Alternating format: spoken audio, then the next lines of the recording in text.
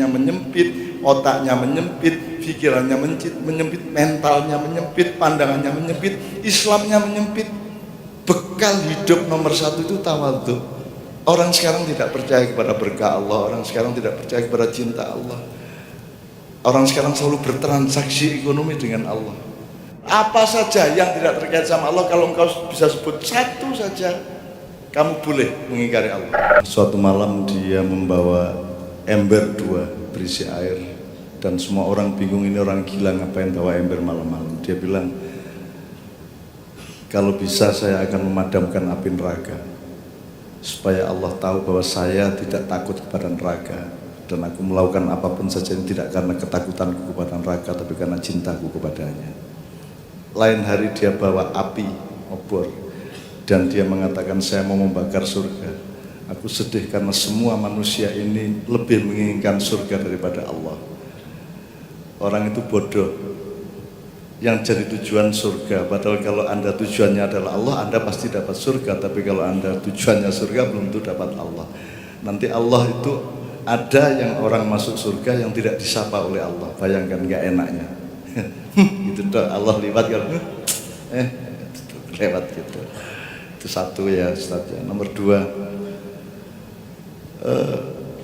Kiai Kanjeng ini pernah melihat, pernah datang kita di Mesir cukup lama ya, 3 mingguan, dan kita juga sempat ke makamnya Rabi'ah Al-Adawiyah, kita ke makamnya Fir'aun, kita ketemu bermacam-macam, alhamdulillah.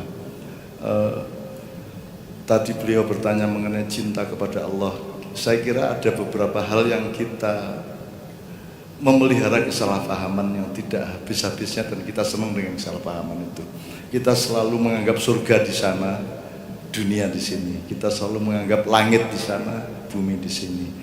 Padahal bumi adalah bagian dari langit, dan surga tidak di sana, tapi terletak di pusat rohmu.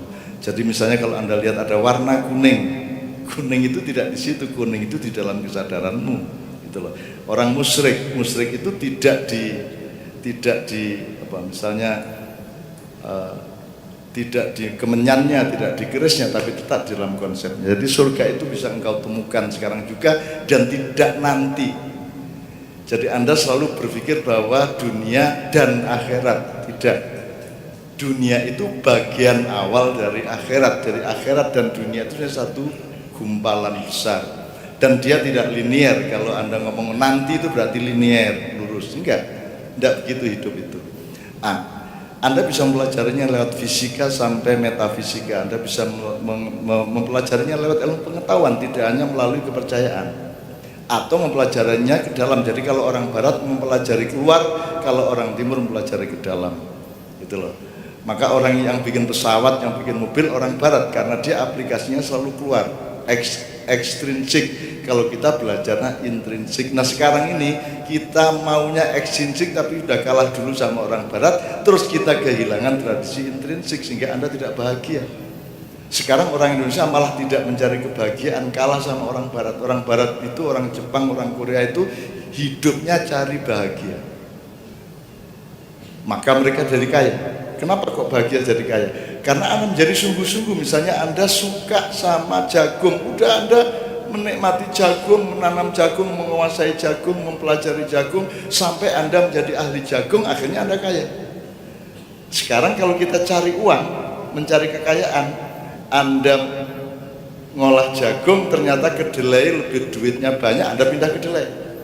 Ternyata besoknya ada manggis, menawarkan uang lebih banyak, Anda pindah ke manggis. Anda tidak pernah menjadi ahli, Anda tidak menjadi tuan rumah dari suatu persoalan. Ahli itu artinya tuan rumah,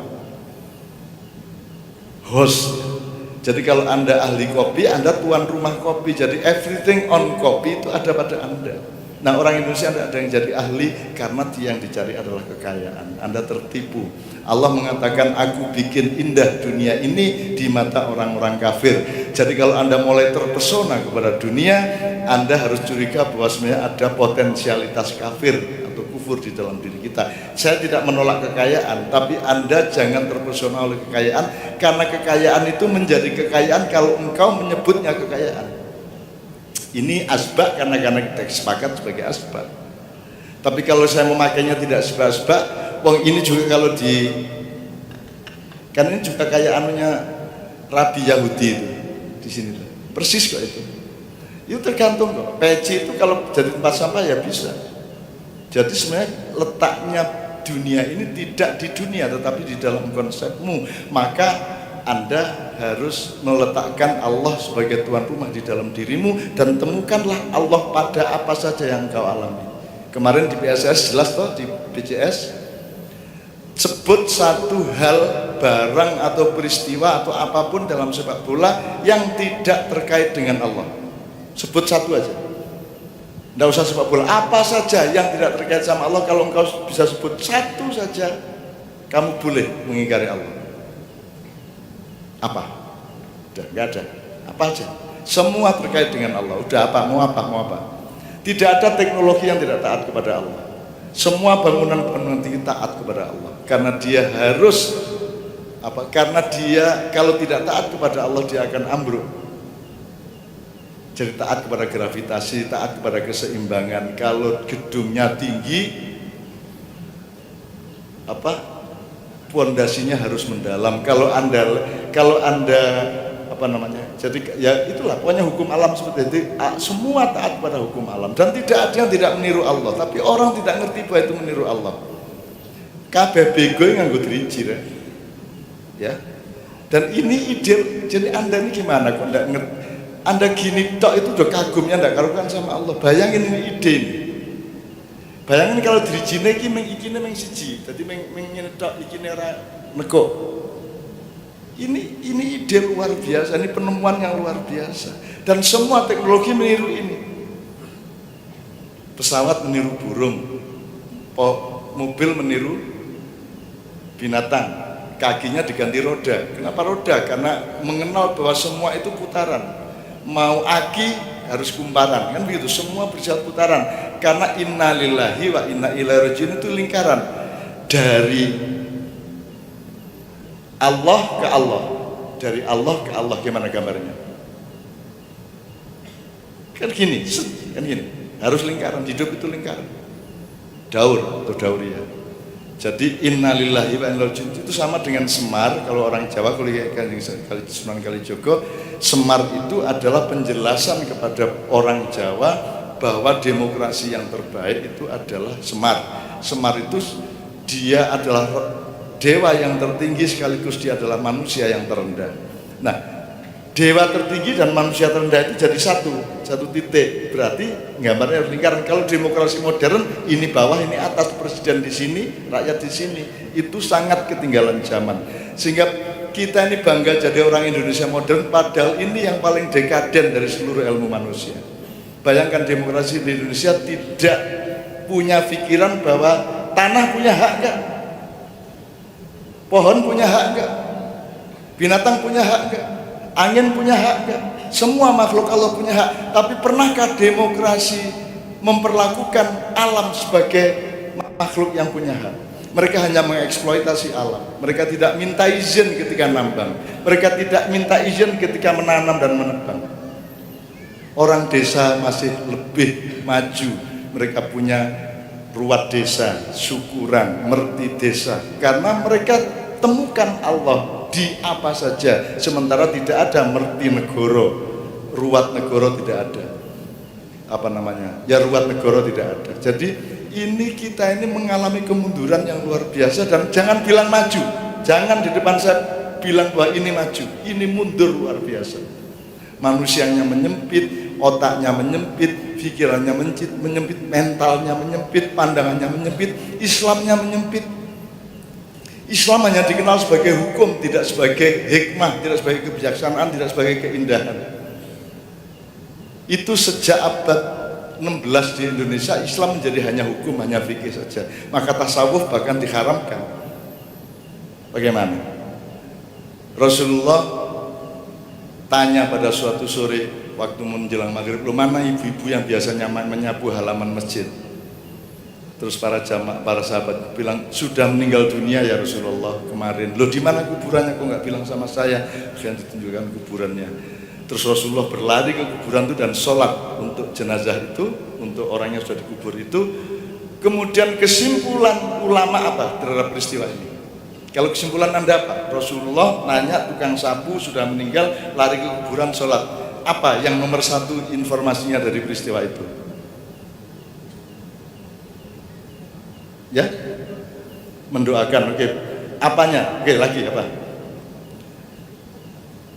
Cinta. Betapa Rasulullah mencintai orang kecil, tidak membedakan manusia, semua dicintai oleh Rasul. Tapi kesimpulan para ulama apa?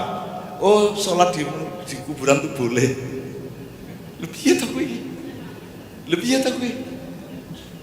Lah iya. Kesimpulannya mengakui dia tidak menangkap cinta karena dia tidak mendalami Islam dengan cintanya. Itu Rasulullah itu. Makanya kita hanya belajar sunnah Rasul, tidak belajar sirah Rasul. Kita tidak belajar Muhammad sebagai manusia. Kita tidak belajar hatinya Muhammad bagaimana, sengsaranya bagaimana. Rasulullah kalau panas sampai 53 derajat Celcius, iso gue ngalami. Abu Bakar demok ngene iki, tangannya ditinggal apa diinggati ngene iki saking panasnya. Ya Rasulullah, kenapa Allah memberi panas sampai sedemikian? Rasulullah mengatakan, karena berkah Allah kepadaku juga sangat tinggi, maka panasku juga harus sangat tinggi. Begitu. Itu Rasulullah sengsaranya luar biasa. Anda apa to kowe iki sengsaramu apa to ming paling bon ning warung. Kredit ora iso mbayar paling kuwi apa to ya? Rasulullah itu putune dipateni wong. Ditugel gulune sapa sing putune dipateni wong? Jadi jangan pernah merasa sengsara wahai manusia, karena kesengsaramu tidak ada seujung jari kelingking dari baginda kita Rasulullah Muhammad SAW.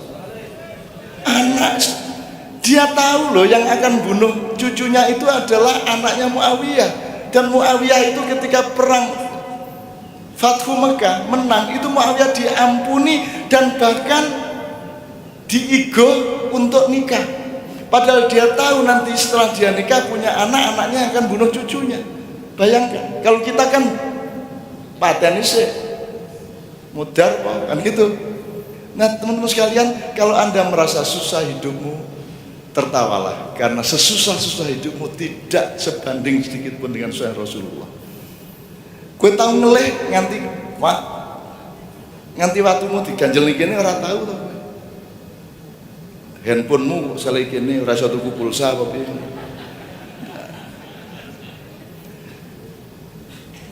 Orang sekarang tidak percaya kepada berkah Allah, orang sekarang tidak percaya kepada cinta Allah. Orang sekarang selalu bertransaksi ekonomi dengan Allah. Padahal transaksi itu adalah peristiwa paling buruk. Semua orang yang beli inginnya lebih murah. Jadi kalau kita beli 100.000, dia pengennya mau saya kalau ke 70, tapi karena harus 100 ya sudah dia kasih janjane ora ikhlas. Ya ra. Kowe nek dodol karepmu luwih gede. Ya ra. Jadi kowe kepeksa nrimo semur janjane kowe ora ikhlas. Jadi orang bertransaksi itu aslinya ada ketidakikhlasan di dalam dirinya. Makanya kalau bertransaksi itu seperti Rasulullah, tapi ya kowe ra kuat. Rasulullah iki aku mulai semene, lemu kayak dia aku badi sepiro manut. Aku nek gawe warung koyo ngono ku mudar seminggu wis bangkrut kowe. Tutup kowe kan gitu. Tapi begitulah teman sekalian, belajarlah bercinta. Bercinta itu jangan pakai bahasa Inggris make love. Itu bukan bercinta, itu bersetubuh namanya. Nek bercinta itu something software, something rohani ya. Maka temukanlah Allah. Masa jadi gini, nyun sewu ya. Saya jawab beliau. Jadi kalau saya mengidentifikasi begini, ini tidak ada pelajarannya, tidak ada bukunya ya. Tidak ada bukunya, tidak ada. Dari mana bahannya? Ya dari saya. Apa dalilnya dari mereka? Gue nek takon aku aja ngono ya sekolah aku kuwi. Lah dulu apa sumbernya ya aku ini mau. Anda pikir ada sarjana yang halal? Ini mau jadi dokter nih, sudah S2 nih, master nih ya. Berarti ada promotornya yang juga sudah dokter gitu. Oke, dokter yang promotor beliau dulunya punya promotor dokter. Terus dokter ada terus katakanlah sarjana dilantik oleh sarjana yang pertama yang melantik siapa? Nggak sah toh? Tidak sah. Jadi tidak ada sarjana yang sah. Wong sarjana yang pertama gak sah. Batal kabeh kowe. Nek kowe pengen ora anyel ngene wae, aku sing lantik sing pertama ngono wae wis. Ben sah wis ngono kan. Tapi kita jangan GRJ teman-teman sekalian. Sebenarnya inti dari pelajaran kita malam hari ini adalah bekal hidup nomor satu itu tawadhu. Tawadhu itu kalau soal ilmu jangan sok tahu. Kalau soal kekayaan jangan sok sugih. Nek dalam urusan kesolehan ojo njur kemali-mali, ojo njur apa jenenge kuwi? Semuji suci. Ojo njur kuwi ceramah seolah-olah iki wong pekok kabeh, wong maksiat kabeh terus qala Rasulullah ya. Enggak boleh itu ya, haram itu ya, haram. Buang itu, gitarnya buang, dibakar, dijual aja. Ojo sik to, ojo metutu. Semua manusia itu yang dia tahu cuma satu, yang tidak tahu lebih dari 1000, mungkin 1.000.000, mungkin 1.000.000. Tolong tahu itu, bahwa yang Anda tidak tahu itu jauh lebih banyak daripada yang tahu. Bagaimana Anda mau sombong? Yang Anda tidak punya jauh lebih banyak daripada yang Anda punya. Jadi jangan pamer kekayaan, kepandaian, kekuasaan, kekuatan. Bahkan kebaikan pun tidak boleh dipamerkan, apalagi kekayaan. Kalau Anda pamer kebaikan namanya riya, namanya takabur. Takabur hanya boleh kepada masalah, tidak boleh kepada manusia. Takabur itu artinya ngedeni, ngendas-ndasi. Nah, Anda harus takabur kepada masalah yang Anda hadapi. Anda harus lebih besar dari masalah. Jadi nomor satu adalah Anda harus tawadhu. Nah, karena Anda tidak tahu apa yang Anda ketahui di dunia ini apa toh? Kowe ngerti apa toh jane? Apa tuh yang kamu ketahui? Yang kamu ketahui itu pengetahuanmu, persangkaanmu, dzonmu. Kita tuh taunya dzon. Gitu ya. Contohnya gini.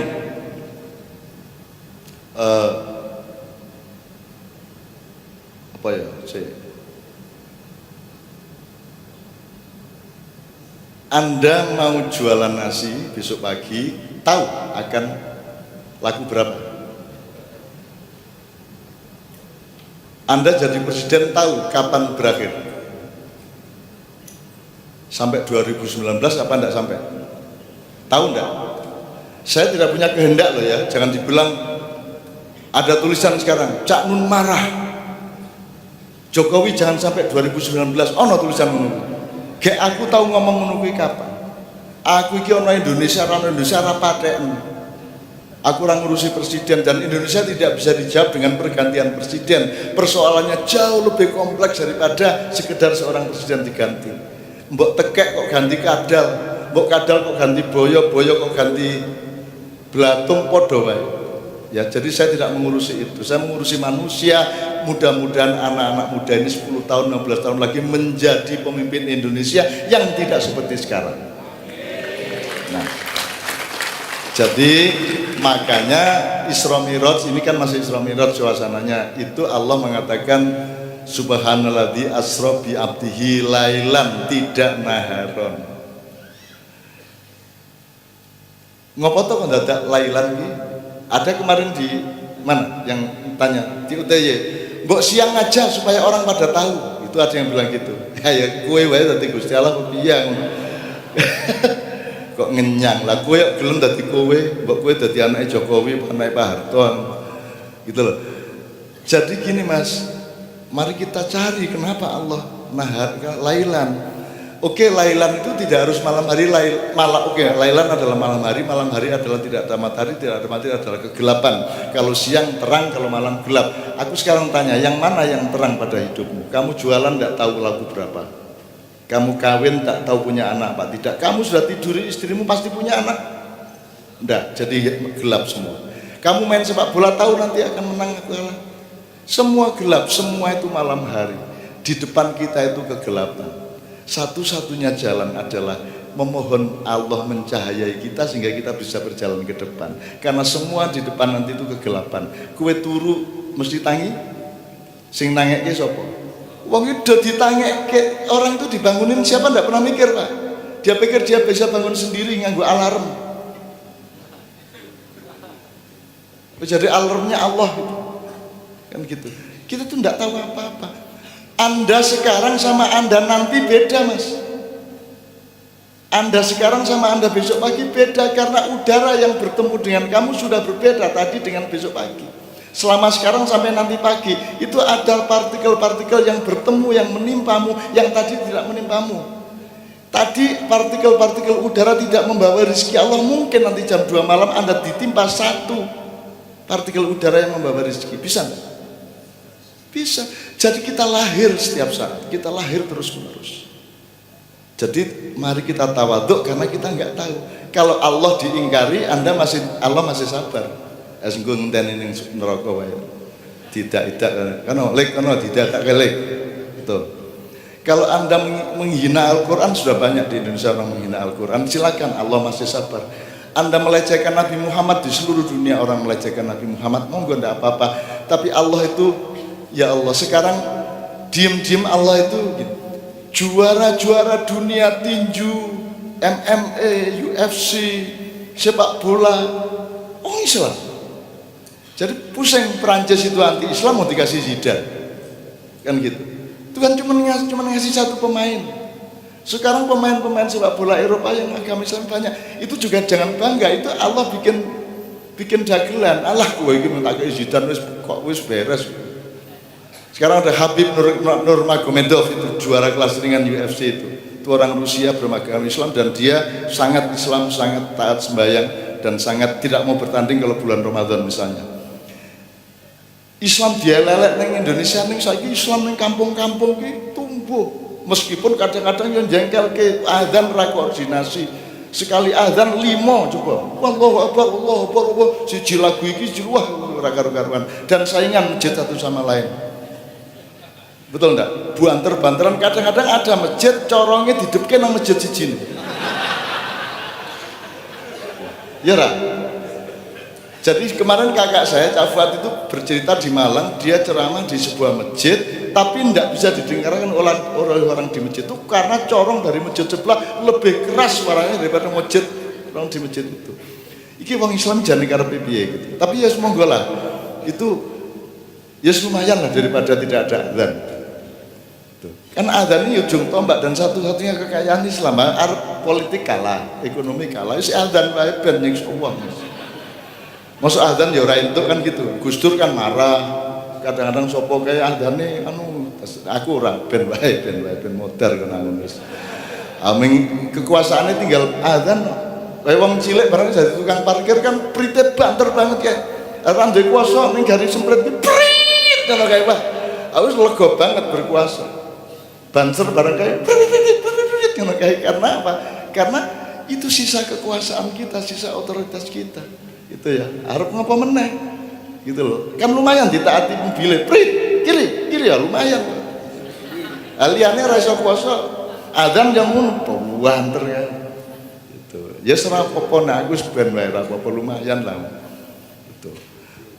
Oke, jadi teman-teman sekalian, kita jangan sombong, kita tidak tahu.